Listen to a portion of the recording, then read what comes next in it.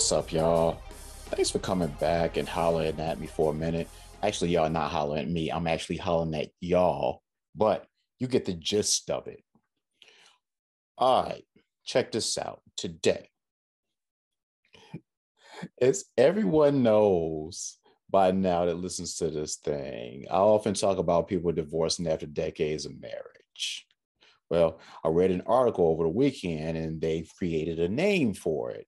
And that name is the Great Divorce. So not only are you all getting divorced after all those years, you have to deal with such a derogatory term that screams, you're old as what? But hey, it is what it is. And with that said, it's funny because since I spent like the last two episodes talking about all this Sonya Curry stuff and her husband Dale, that's definitely a great divorce because they're both in their 50s and they've been married for 33 years. And speaking of all that, I want to thank you all for staying with me while I vented and went through that whole process. Now I am past that.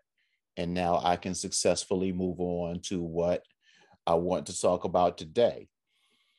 So I had a pretty busy weekend. I hung out with a couple friends, and during the course of talking to those friends, I had some interesting conversations with them about the state of dating as it pertains to a woman. And so it's always fascinating to me. Friday, I hung out with one friend. Saturday, I had dinner with another friend that I've known forever. And what was interesting about the dinner with the friend that I had was basically I was trying to get her to get back on the horse, the dating horse, that is, and start dating. She hadn't dated in a while. She has all of these fears about jumping into the dating pool. She's been divorced.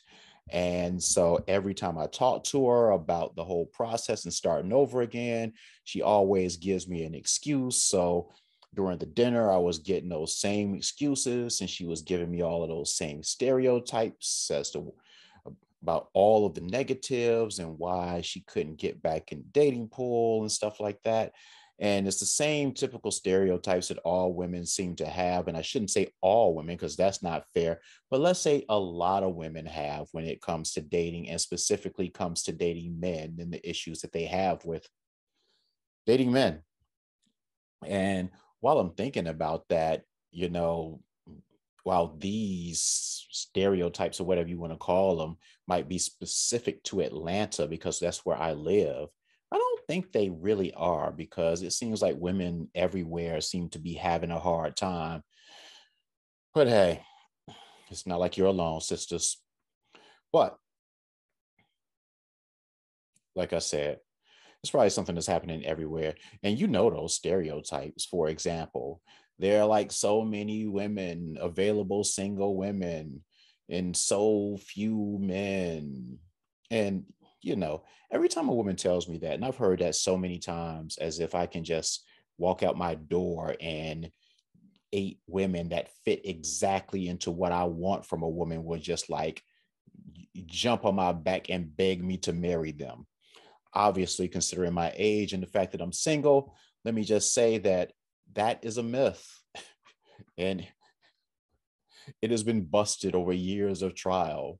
I always say, and I said this to my friend the other night, I was like, yo, if you say there are like six women to one man, okay, even if that were true, which statistically is not, then you have to look at, okay, let's look at these six, you know, okay, two of them are 400 pounds. No offense, no disrespect, but that doesn't fall into your wheelhouse. One of them are crazy. That leaves you with three. Okay. And then one is in some kind of situation, has something going on that doesn't appeal to you either. Like they have like 55 kids or something like that, or something. One leg, shout out to the one-legged women out there, something wrong with them. And that leaves what, one or two? Um, you got to rule out the married women, but no, we said single available women. So no, but that leaves two. And these women are the women that fit right into your wheelhouse. And when you meet those two, one of those two or both of them, what I find and what most men find that complain to me when we're having our roundtable talks is that those are the women that every single dude is after because they have it together. They have a great personality. They take care of their bodies. They're not overdoing it with all of the extra stuff that women would like to add to themselves to kind of enhance their features and all of that stuff. They're just decent, solid women that don't stress or cause any type of drama or anything like that. So if every guy's fighting for them, it's like, hey, it is what it is. Because I tell women this all the time, and they find it just hard to believe. I do know women that say they don't have problems meeting men. I have met women online who have told me, you know how you get online and you're like, yeah, this kind of sucks, doesn't it? And all of that stuff. You're trying to make conversation. And I've had several women in the past tell me, shoot, well, I'm not having a problem at all. So, but they are the types of women that will look the way that you would think that they would look, and they have the personalities that you think they would have. So it is what it is. It's just anyway, I kind of went off on a tangent, but the point was that she was giving me all of these reasons and stuff not to date because of all of these things that she had heard, internalized, and all of that stuff. And we got past how ridiculously false and all of that was. But the thing about it is, in the midst of all of that back and forth between the two of us, she said one thing that I always suspected, but I never heard out loud, and I'm starting to hear more of it as I talk to women today versus even 5 years ago. And she said, until recently, she didn't even realize that men had feelings. As I sat across the table from her laughing, I was expecting her to at least crack a smile. But she just sat there, like with a serious expression on her face. She actually grew up thinking that throughout her dating life, when it came to facing the possibility of rejection from a woman, that that we as men never thought anything about it. Wow. I was amazed at it, and I had to see it. I had to see if if this if this was just a view that she held, or if this was a view that was largely held by many women. So I started reaching out to other females that I knew. And when I asked them the questions about guys having feelings and what they thought about it, pretty much all of them either they think that today still, or they did think that at one point in the past. So I what I should have asked, but I didn't, was for the ones that thought it in the past but don't necessarily think it today, what made them turn around in their opinions of it. But yeah, considering this was a non-scientific poll, I didn't really plan out the questions. So sorry, I'll get back to you all on that one. So I'm asking my friend questions like, and these other friends that I'm talking to after that, like, yo, well, what about the corny movies where like the nerdy guy is like obsessing about some woman? It's like that guy obviously has feelings, right? And the responses that I got from that were more like, well, those are just movies. Or, yeah, they're exceptions. And those guys are more like the exceptions. Like, hmm. So when a guy approaches you, you don't put any thought whatsoever into what it might have taken for that dude to approach you. And I got answers ranging from no to kinda to I just never really thought about it. Okay. So when I asked them why they don't approach men, the answers that I got were that is too intimidating. And I got answers like there's that fear of rejection and the standard things that you would expect.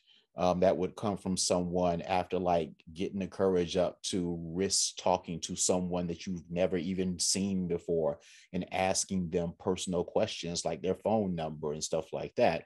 And then doing that with the possibility of them telling you no and you having to walk back across the room. Me and Reggie talked about this back in the day. I'm sure it's on one of the episodes, but just the humiliating feeling of getting your soul crushed after you muster up the courage to walk across the room to talk to a woman. Now, with that said, there was some women that still believe in this day and age that a lady doesn't approach a man and a lady shouldn't approach a man. Whatever. This episode isn't to address that Neanderthal way of thinking. When you think when you think of a Neanderthal way of thinking, you usually think of that as being a man's way of thinking. But for me, um, in my goal to change the whole idea of traditional thinking, I will refer to that thinking as Neanderthal thinking. But whatever, a lot of those women that say that they shouldn't approach a man and that that's the man's job, a lot of them are still single. But when the women talked about it being intimidating or some similar word like that, fear, rejection, or whatever, for them to approach a guy, they didn't put two and two together to think that men might feel the same way. So, of course, I asked that question, why they think that a man wouldn't feel the same way that they would feel about approaching a guy, in our case, approaching a woman. And the answer by most of the women that I asked was that men have been doing this forever, and that's just what men do. Now, I have to admit, that does make some sense. And Reggie and I also spoke about that back in the day, me speaking about it more, because I have always wondered, and I continue to wonder, why guys at this age, the demographic of this podcast, are so sensitive to rejection after all of these years of approaching women, dating women, talking to other men who have had multiple different experiences. I mean, at this age, once you get into your 40s and especially into your 50s, but especially in your 40s, you might not have the best game in town. Your approach might not be the smoothest thing, but with that said, you should still have, I, I'm not going to say supreme confidence because that wanes just like everything else, but it shouldn't be like it's the first time that you've ever done it. Not saying that you should be callous to the feeling of rejection, but you should have built up some callous skin to the whole idea of rejection. So when I'm hearing women tell me stories about, well, this guy, he stalked me because I told him no, or he called me a bitch after I told him no, it's just like weird to me. It's like when you reject a guy and he acts nuts and then calls you 50, 11 times. But when that happens, though, the women that I talked to, I was like, okay, even in that, you don't connect that to pain, to his feeling pain when he's stalking you and acting a fool and calling you, blowing you up. Like, those are pain responses. It's like, regardless of how much you have asked a woman out, I'll just speak for myself. Hearing a no, it still stings a little bit. And it stings to the point where you do kind of have to muster up a little bit of courage, depending on how your day is going when you see this person and when you meet this person. Because, yes, I guess some people might be immune to rejection and they can just walk through it with no problems. But if you really see a woman and you're really interested in her, it's like, and she tells you no, eek, eek. But going back to the whole thing about the women kind of connect like a guy's negative reaction when they get rejected to pain, the answer that I got was no. Like, that stalker dude, yeah, I never really thought that it was just pain of rejection or just sadness or whatever it is. The immediate thing is just that he's crazy. And sometimes they're right. I can't even front. Sometimes guys do stupid things that make them look crazy because they can't. I don't want to say they are crazy, but they know better. They know better. But like most of us, though, when we're confronted with pain, we usually get defensive.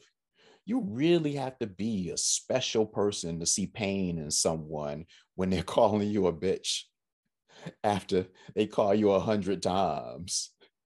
It's like I just picture, and I have female friends that have gone through this. It's like a dude obviously likes them. A dude steps to them, which shows that he likes them. And then she's like, no, I'm not interested, or whatever her response is. And then that same dude who was so nice in approaching her all of a sudden turns into some evil being. And all of a sudden, that same woman that he liked enough to muster up that courage to talk to her, now all of a sudden he's insulting her in the worst way possible. And then if he does get the number, you'll call her 100 times. So, like I was saying, it takes a special woman to see that that's the pain talking in that man. That's what it is. But hey, it is what it is because man, we just express pain differently. It's at least outwardly. Like outwardly, that's when we're like all mean and calling women all kind of names and acting all tough and poking our chest out and stuff like that. Those are like the typical expressions of pain that are usually expressed by men in public. And then once we get in the car or after we hold up, don't say we. I don't want to associate myself with it because I don't call women 100 times. But once that dude gets in the car after getting rejected or after he's called 100 times and all of a sudden he tries to call again and realizes that his number is blocked. I don't. Do you know when your number has been blocked or does it just go to voicemail? I don't know. Anyway, but when that dude is in the car or when he realizes that his number's blocked or however he knows he's blocked and he can't get in touch with her anymore, and he's in private by himself, which is what private is, that's when you really see the sadness that I'm referring to. That's when the guy might shed a tear. And there are men that do cry. Most men do cry. I venture to say that all men cry. It all depends on what needs to happen for them to shed tears. What's funny is that from talking to female friends of mine, I know women who've dated guys who've told me that the only time they ever saw their man cry was when their man cheated on them and they were threatening to leave. Never cry for anything else. But hey, if you're gonna pull out the tears, I guess that's the time to do it. Hey, who am I to knock the hustle? Anyway, the point is, it's sadness, man. Men feel sadness. Men hurt too. And let this be a dating while adulting public service announcement because I love doing public service announcements. But let this be one to all the ladies listening to this. Men, we hurt too. And also, we need to keep this in mind when talking about men not hurting and stuff like that, and men not being afraid to do all of this, and men being impervious to pain. Um, there are a large number of men that are scared to death of women. Women, at least the women that I've spoken to, it's hard for them to kind of wrap their heads around that whole thing that a man might be afraid or intimidated by a woman, and not just intimidated as in, yeah, she might be out of my league, but like scared to death of women. There are grown men that forget just asking them out, that can't even like hold a conversation with a woman. And a lot of women can relate to this because a lot of women know some of these guys and they just see them as awkward. And part of that awkwardness is caused by your presence as a woman in front of them. So you might think that, yeah, this dude might just be a little off, but he's off all right. But shoot, you have a hand in that. And and that's why I always dispute women when they swear up and down that there are no good men out there.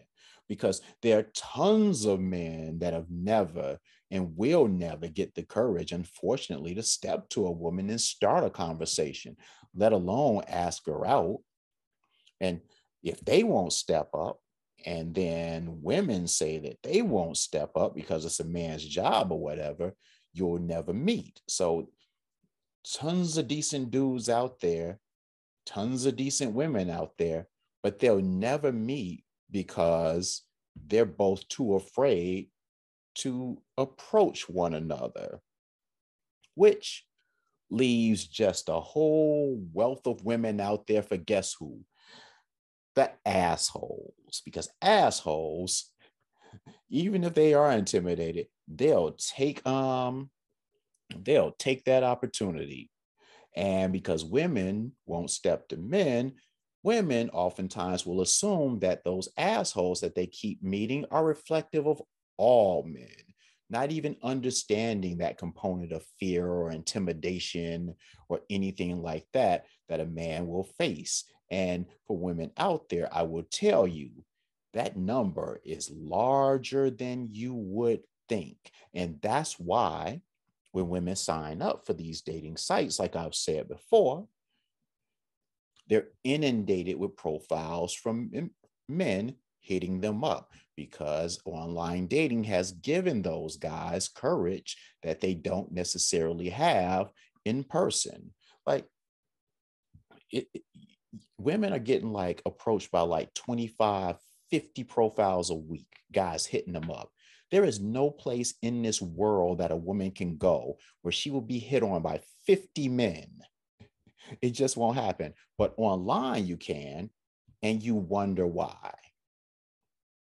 It's because, you know, guys are shy, guys are scared, guys are intimidated.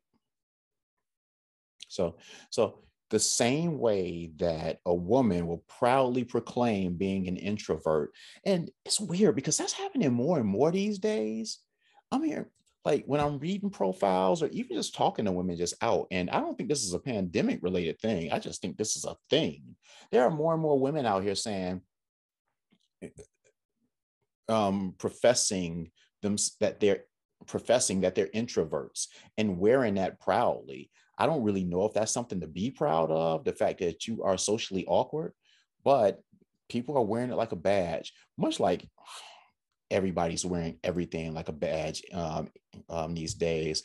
We're living in a time where you shouldn't be ashamed of anything that you do. You should wear everything that you do proudly. And I am here to say some stuff y'all probably need to keep to yourselves or be working to stop doing it. That whole I'm not perfect. No, but you should still be striving to be. I've said that before, and I'm sorry, I don't want to go back down that road anyway.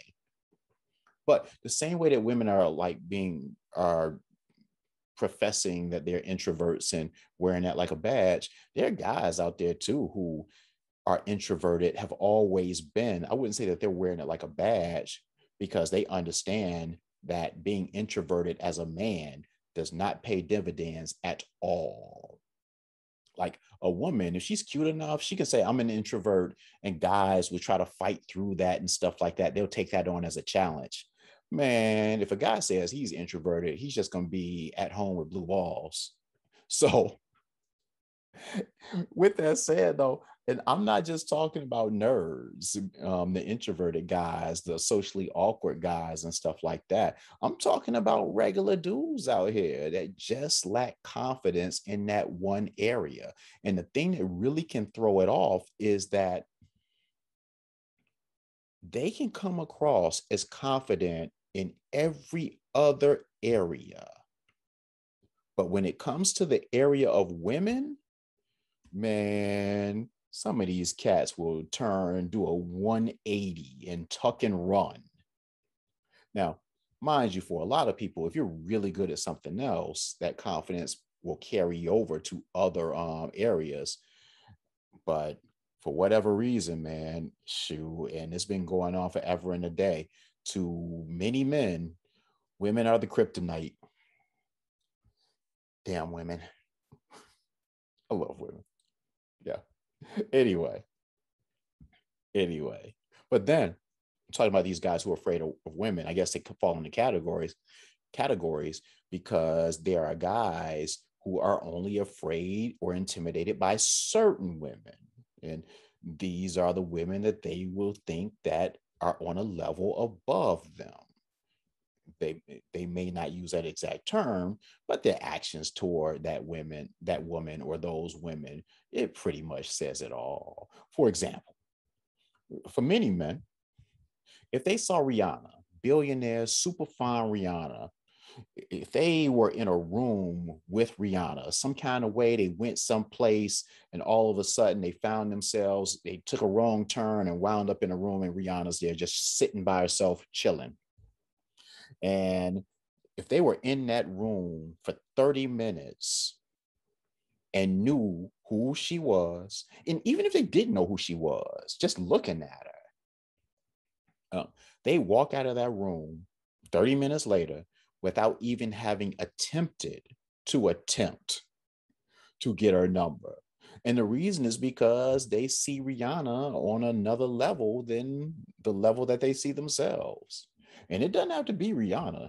Don't get it twisted. That's why I said if they didn't know who she was, if she was just a woman that was fine.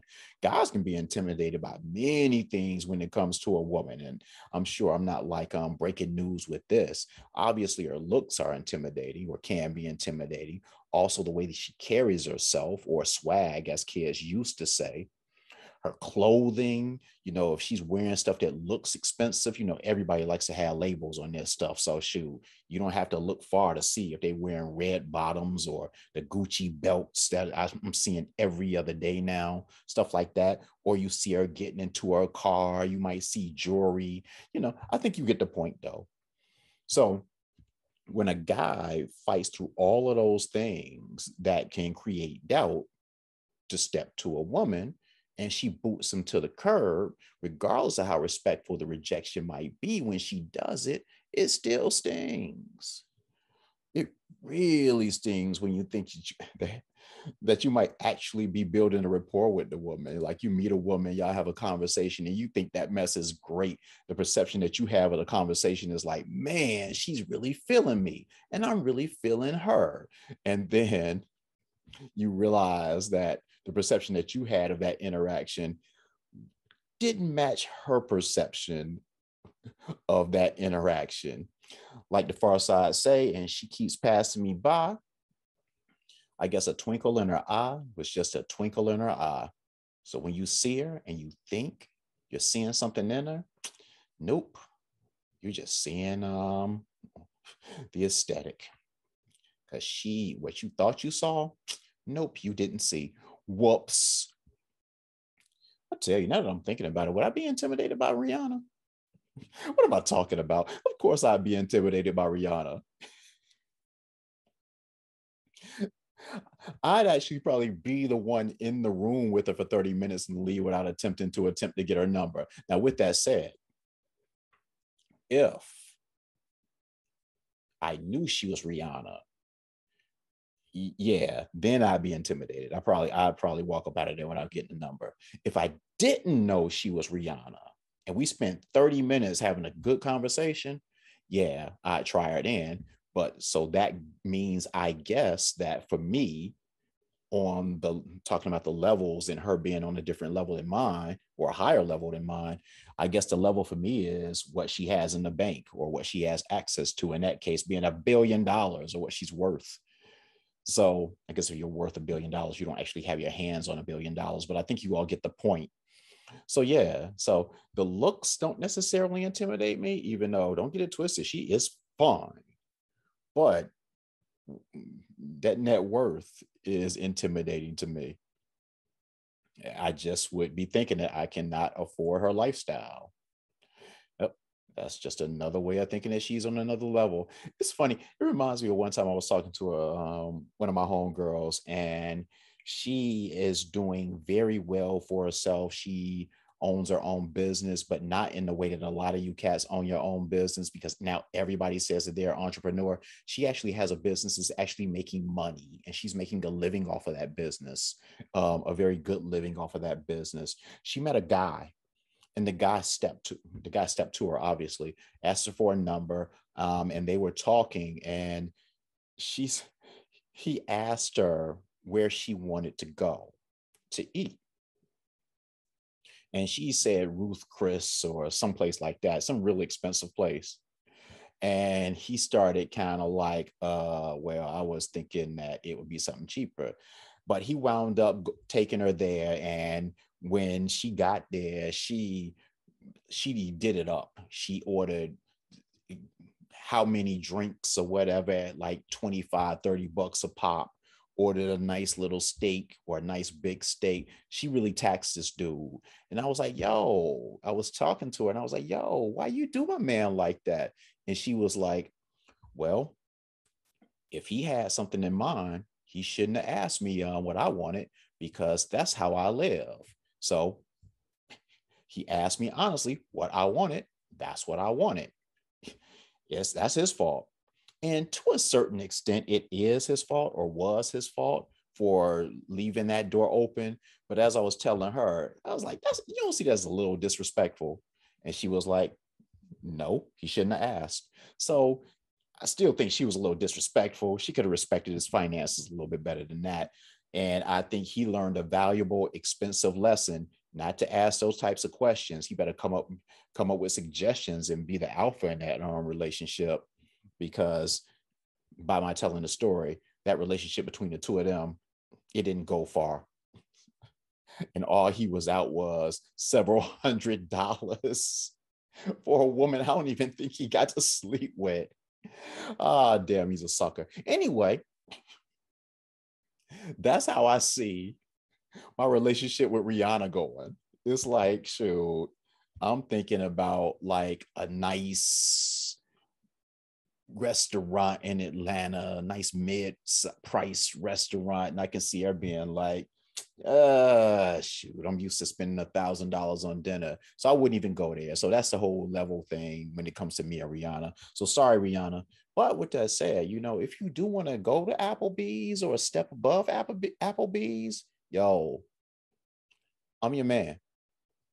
I'm your man. Now, with all of that said, well, I'm talking about levels and I keep using that word. This is not to be confused with the episode I did on levels back in the day when I was talking about Venus Williams and levels. That's kind of the same, but it's kind of different because it was the woman excluding dudes because they might not be on their level. This is different because it's guys putting women on pedestals and like pretty much putting the woman out of the guy's league. So they're sabotaging themselves by not even giving it an effort. But the point in all of this is these are the things that go through guys' minds.